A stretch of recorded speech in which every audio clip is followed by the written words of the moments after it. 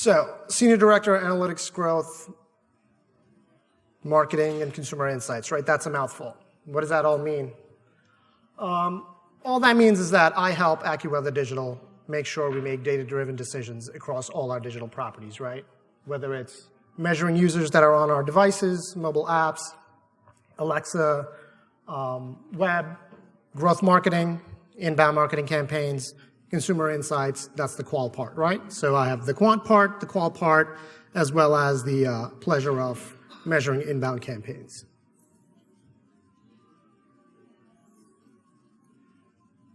Imagine leaving your house this morning without your phone. You know that empty feeling you get when you realize you're halfway into your commute and you left your phone at home? How are you going to call an Uber? How are you going to tell your wife you're going to be late? How are you going to check traffic? Right? You see where I'm going with this? It's the same feeling us app marketers, right, and product owners, that's the same feeling when we get when we realize we've shipped a product without proper analytics, right? Now you're going to have to wait till whatever that next release cycle is, 2 weeks, 2 months. Unfortunately, it might be 2 months for some of us, right, with larger apps. What do you do in that meantime? How do you know what's happening? Yes, we still have a watch, so we know what time it is. That's the equivalent of going to the App Store and seeing how many downloads you've gotten. But what's happening after they've downloaded? Well, so that brings me to the topic of my conversation today, building the ideal app analytics stack to help make data-driven decisions. How do we do that? First, before we dive into that, let's look at the different categories of mobile app analytics, right? First, we have our marketing and attribution analytics. This is where we measure inbound campaigns. KPIs such as revenues, clicks, installs, open rates. That's where we measure marketing performance. So, quick pro tip, different KPIs for different campaigns, right? Next up, we have in-app analytics, something very near and dear to me. Those of you that are in the audience that have worked with me before, still work with me now, will know how much I love this. This is where we really try to understand user behavior, right? This is and again, I'll try to keep this talk as vendor agnostic as possible, so sorry for all the vendors and partners out there, but so no names. But this is really where we try to figure out who our app users are. What are they doing? What are they clicking on? What are they scrolling, right? We identify things such as operating systems, locations, clicks, device manufacturers, time on site. What language are they using? Another pro tip, don't try to boil the ocean in one go. And I'll dive into that a little bit later, but all that says is don't try to implement everything at once. Take it slow, make sure it's measurable, make sure it's accurate, because again, we all know the old saying, garbage in, garbage out. Take it slow, iterate with every release, right? Next up, we have performance and operational analytics. This is where we actually figure out, does my app work? I know we just talked about latency, app crash, and how all of those directly correlate to your App Store reviews and ratings, right? Pro tip, combine your performance metrics with other metrics that you have, right? So try to, how does your crash relate to the inbound marketing campaigns or what the users do on your app, right? How does that correlate? It's very easy for us as app marketers and app owners to look at these as different tools and look at them as different silos, right? And in often cases, with certain organizations, those all might live under different organizations, right? So performance might live under IT or dev, and they might be concerned with crash rates. Marketing lives with UA and growth and marketing. In-app analytics lives with product. We all like to believe we're all talking to each other, but we're really not, right? So let's try to find that common ground, and let's see how we can integrate all of these solutions together, including, last but not least, App Store analytics, right? This is where we get competitive intelligence. How am I doing compared to the rest of my peers? How am I doing in my vertical? I'm in the weather vertical. How am I doing compared to the rest of the weather providers? And it's not always going to be a one-to-one, right? Because, look, I work at AccuWeather. We're a weather organization. But we also have content. So am I in media or am I in utility? I'm both. So to compare myself against, a sole weather provider might not make the most sense, but directionally, I can have an idea of where do I stand in the grand scheme of things. And again, this tip really could go for anything, right? Look, it sounds easy to stand here and give a quick 15-minute chat about the different types of mobile analytics, but this is really lots of months and maybe years of work, right? So try to automate as much as possible. Talk to your BI teams, talk to your analytics teams, and see how they can automate this for you. Whether you want it pushed to you, whether you want it pulled, right? Whether you want it sent as a PDF or you want a dashboard. Help them help you by setting those up. So now that we know, the different types of analytics, how do we make sure we choose the right analytics platform? And again, as I said, I'll try to keep this as vendor agnostic as possible. First and foremost, do my KPIs align with my business objectives? Oftentimes, we get a vendor in-house. The CMO knows someone you inherited a product, right? And you really don't have a choice, but you have to use this product because that's what we've always used forever, right? And that's okay in some cases. But if you have the luxury of being able to choose the analytics product that you work with, how do you do so? Well, try to answer these few questions. And again, this is not obviously an all-inclusive list of things, but it should give you the idea. What do you want to measure? And why do you want to measure that? What's going to help drive revenue, leads, signups, whatever that is, whatever your God metric is, right? And number 3, focus on the metrics which relate directly to number 2, right? If you're a subscription business and the only way you make money is having more people sign up for your product, then let's measure conversion. So relate your metrics directly to what helps move the needle. And that not only helps you, but that helps you speak to the business, speak to the executives, and get buy-ins, and be able to show them that, look, what I'm doing is going to correlate directly to your bottom line. And that's when their eyes open up. Reporting needs, dashboarding, how fast do you need it? Do you need it real time? How real is real time? So these are all the questions that we need to ask ourselves. Quick tip, having a measurement strategy is dire in this case, right? And interviews. We as product owners love to think that we know exactly what our consumers want. We know what we need to do. Just give us the tools, give us the budget, and we'll get it done, right? But let's speak to the business. Let's speak with everyone from the executives to the analysts, and let's figure out what do they think that we need to be able to measure each different parts of the organization. And let's write that down. Speaking of measurement strategy, we should all be able to answer these, have it on a Post-it, sticky note, whiteboard, whatever it is, but let's be able to answer these at any given point, right? Here's your elevator pitch. When you're in an elevator and someone's like, why do you do what you do? We should know this, right? I do this because my business objective is to create the best dating app that's out there. Maybe. What are my KPIs? 90-day active users, signups. How many people upgrade to premium? What segments am I after? Users that live in the UK, international?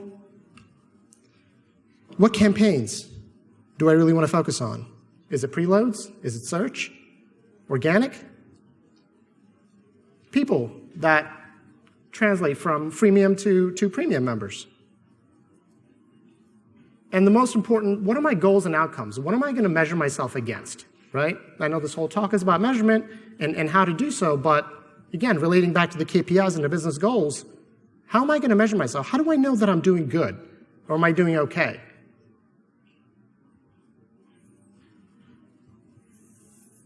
Number 2, having the right features, right? Again, we spoke about real-time analytics. I know everybody wants real-time analytics, but what do you do with it?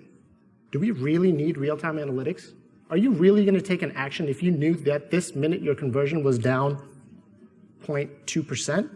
what would you do with it, right? And if you said, absolutely, I would go and talk to my marketing team, get devs in a room, and figure this out and relaunch a new app, guess what? It's going to be weeks before that app gets into the store, downloaded by enough people that it's actually going to start to make a dent. So how real is real time? Is a day okay? Funnel analysis versus campaign analysis. What do you really need? Are you worried about inbound campaign tracking? Do you need that as a feature, as a must-have feature? Or do you need funnel analysis? Do you want to know how people progress through funnels? Third-party integrations. A key to analytics, not just app analytics, but analytics in general, and what I had mentioned earlier about the 4 quadrants that I had up there, was integrating them together, right? And that's all within your own domain. But what about integrating third-party, right? So if you're an ad-supported business, what about integrating an ad server like DFP or Google Analytics or Apps Flyer into Google Analytics to be able to see the attribution campaign that you're driving in? What is that doing for your long-term sessions, right? So again, getting out of being in that mindset of one tool to rule them all. Dashboarding, alerting capabilities. Is the tool app-focused or web-focused? There are lots of tools out there that are very specific to apps. There are lots of tools out there very specific to web. If you need both, what's the common ground? Next up, support and implementation. Key to any analytics project, or any project, is getting the right level of support. Are you going to get a dedicated rep? Are you going to be able to text Adam and say, hey, I've got a problem, can you help? Or are you going to have to go to /help and submit a ticket and be number 349, and they'll get to you when they get to you, right? What level of support do you need on a day-to-day basis? Documentation and guides. I can't stress this enough, and I know we live in a super agile world, right, where it's like, I don't have time for this. By the time I get done writing this doc, my competitors have already launched that new feature, and I'm out of the game. With analytics, make sure you document, and you document as you go. And I'm sure that goes to all you product owners out there. That's the same case with everything else that we do, right? Otherwise, especially in analytics, 6 months down the line, when my BI team is looking to figure out, do we actually measure this? They're going to ask the product owner. The product owner is going to Slack the dev team, figure out, hey, do we actually track this? And no one really knows. And even if they do, by then, the BI team and the data science team have wasted their time, unless they had a doc to go to, right? Somewhere in Confluence, they could just look up and say, oh yeah, that's right. We implement this that day, it tracks X, and here are the dimensions, and I know we've QA'd it, so we know it works. Proper training. Very, very crucial, as with anything else. Learn to use the tool. If you're paying for it, it's coming out of someone's budget, use it for what it's got, right? Talk to your partners, talk to your vendors, get training. Figure out how to take full advantage of that. Post-implementation support. What level of support are you going to get once it's done, right? It's not a set it and forget it. Especially not analytics. Again, garbage in, garbage out. You really have to babysit that implementation. And what level of support are you going to get from these vendors once you're done implementing? How do they help you iterate to phase 2, phase 3? Price. Last but not least, there are free tools out there. There are tools you can homegrown, right? You can homebrew your own analytics tool if you want. There's paid options. Figure out what works for you. Are you okay with the free tool and then hopefully you'll progress to a paid? If that works, then fine. Figure out what you can measure and how often, right? Especially in the app world, app owners that I've worked with, that I still work with. I know you guys want to track everything, and that's awesome, but that's wrong, right? We can't measure everything, then we'll get nothing done. Let's measure the critical few, the God metrics, things that help the needle, things that relate directly to the business objectives. So figure out from your analytics vendors, how often can I send an event? Am I capped at sending 1,000 events a second or 10 seconds? Imagine tracking scrolling on a mobile app, right? I've gotten those requests, and similar to you guys, I laugh and say no. Tiered pricing, right? Are you locked into paying X amount of dollars for the next 12, 24 months? Or can you ramp as you go, right? SLAs. What's the uptime? If you're a weather app such as us and people rely on you and your notifications and your alerts, we help save lives and protect property, right? At the end of the day, we think of AccuWeather as just, that's where you get your weather. Well, yes, but there's the whole, what if there's a tornado coming your way and I need to send you an alert because you need to get out of there? I need to make sure my partners have their SLAs of how and when and the frequency and the speed to which they're going to deliver those notifications and how we're going to measure that is up to speed. Units of measure. How am I going to be billed? Am I going to be billed on active users, the number of hits I send, users in general, sessions? How am I going to be billed? Ask all of those questions and some more. Now I know I'm probably going to get Twitter shamed for putting those two things in the same line, but I'll live with that. But again, my goal here isn't really to talk about the features between a tag manager and a CDP here, such as your, all right, I promised I would name names. You get the point. I want to talk about the pipelines. How do you get data in, right, and how do you get data out? Tag managers have always been the cornerstone of any web analytics implementation. For those of us that started off in web, we know that all too well. You throw in a tag manager in there, and it helps you track and tag everything. And you can send all your events, all your hits, everything else downstream using the tag manager, right? Apps are no different. You could do so. Caveat, it's not easy. But if done right, it could be the most beneficial thing to an app implementation.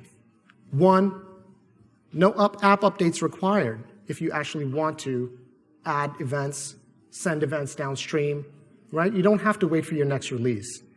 If you've done your homework, then everything you want to measure should already be tracked within the tag manager or the CDP. And then you can turn on and off events and anything else that you want to capture downstream from within your CDP or your tag manager. You can swap analytics vendors if you'd like, right? Say you're using vendor X to do something right now, 6 months later you realize I don't want to. You don't have to redo the whole bathroom, you can just change the sink. Caveat to that, if you want to change your tag manager or your CDP, that's a whole different ballgame.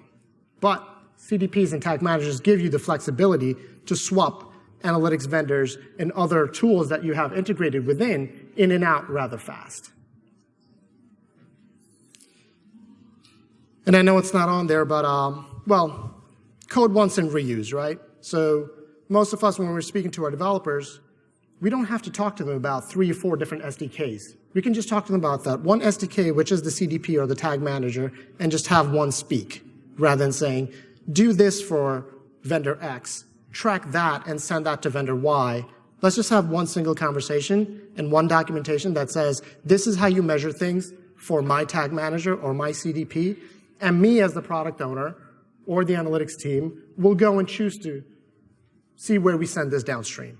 Maybe I want to send this one event to vendor A. I want to send that other vendor, event to vendor B. It frees you up. It gives you a little bit more flexibility, right?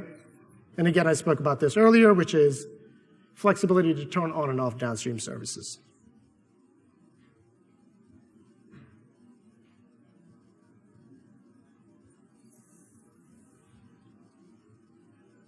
Now let's talk about the things we don't want to do. I've mentioned this earlier, trying to measure and track everything, right? I know we have a whole wish list of things that we want to make sure we get into the next release, and let's say the devs had nothing else to do, except for putting analytics in, right? You don't want to try to measure everything. You don't want to try to track every click, every scroll, every instance, every drop down, every hamburger menu. Start small. Start with a list of 5, 10. Make sure they're well documented. Make sure they're well QA'd. Analytics QA is very different than QAing a regular app. Make sure you have the right people in place with the right training that know how to QA analytics. Unclear metrics definitions, vague or undocumented business objectives. Again, this is just a repeat of what I've been talking about. Integrating everything all at once, no documentation. Lacking uniformity in events, metadata, naming conventions. We all know that it costs a lot of money to have data scientists sit there and clean data versus having a QA team or a dev team on the front end make sure everything is set properly. Be mindful of hit limits. How often can you send X, Y? Unclear understanding of how users are counted. So again, a couple of months later, you aren't trying to figure out, well, is a session when you background the app and you bring it to the foreground? Or is it when I'm on the app and I'm there for 10 minutes and it times out? You don't want to have all those conversations after the fact. You want to know these things as app owners. Development IDs and production IDs. God, this has happened a few times when you've actually shipped an app and you had the wrong ID in there, only to realize there's no data because somebody didn't swap the dev ID for the prod ID. Last but not least, again, I can't stress this enough. No QA before launch. All right.